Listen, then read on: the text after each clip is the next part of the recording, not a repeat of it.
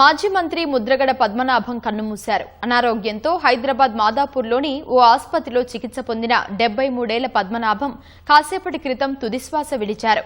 కాపు ఉద్యమ నాయకుడిగా గుర్తింపు పొందిన ముద్రగడ 22 జనవరి 1953న ఉమ్మడి తూర్పుగోదావరి జిల్లా కిర్లంపూడిలో జన్మించారు. తండ్రి మరణానంతరం 1977లో ప్రత్యక్ష రాజకీయాల్లోకి వచ్చిన ముద్రగడ 1978లో జనతా పార్టీ నుంచి ప్రతిపాడు ఎమ్మెల్యేగా ఎన్నికయ్యారు.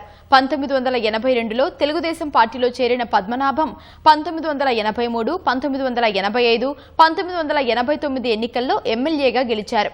ఎన్టీఆర్ కేబినెట్లో మంత్రిగా పనిచేశారు.